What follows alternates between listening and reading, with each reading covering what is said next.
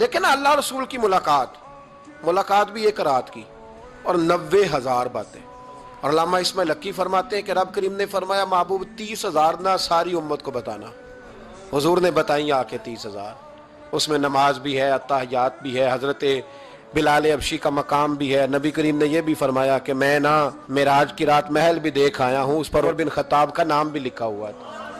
30,000 باتیں حضور نے آ کر بیان فرمائیں اور کہا محبوب 30,000 باتیں نا خاص لوگوں کو بتانی. ہر بندے کا ہاضمہ درست نہیں ہوتا. یہ جو ہاضمہ خراب ہو جاتا ہے پھر بندہ ٹینشن لیتا ہے، کہتا ہے نہیں جبریل سے ملے تھے، اللہ کا دیدار ہی نہیں کیا، وہ تو بس خواب کا معاملہ تھا، خواب میں گئے تھے. خواب میں بھائی میں آپ سے کہتا ہوں کہ میں نے رات کو خواب دیکھی ہے پاکستان کا صدر بن گیا تو آپ کو کوئی پریشانی ہے؟ کیونکہ خواب میں امریکہ کا بھی بن جاؤں تو آپ کو کیا ٹینشن ہے؟ خواب جو ہوئی.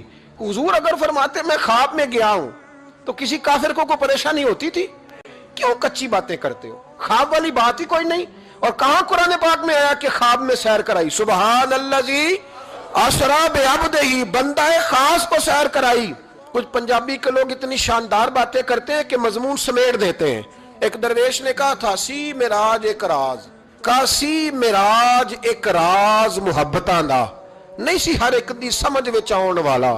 کچھ کہندے نے بند دروازے سن، گیا کیویں سی عرش تے جان والا، تے ابر دخل کیے تھے عقل دا اے جانے جان والا یا لے جان والا. تو اتنا کیوں پریشان ہے؟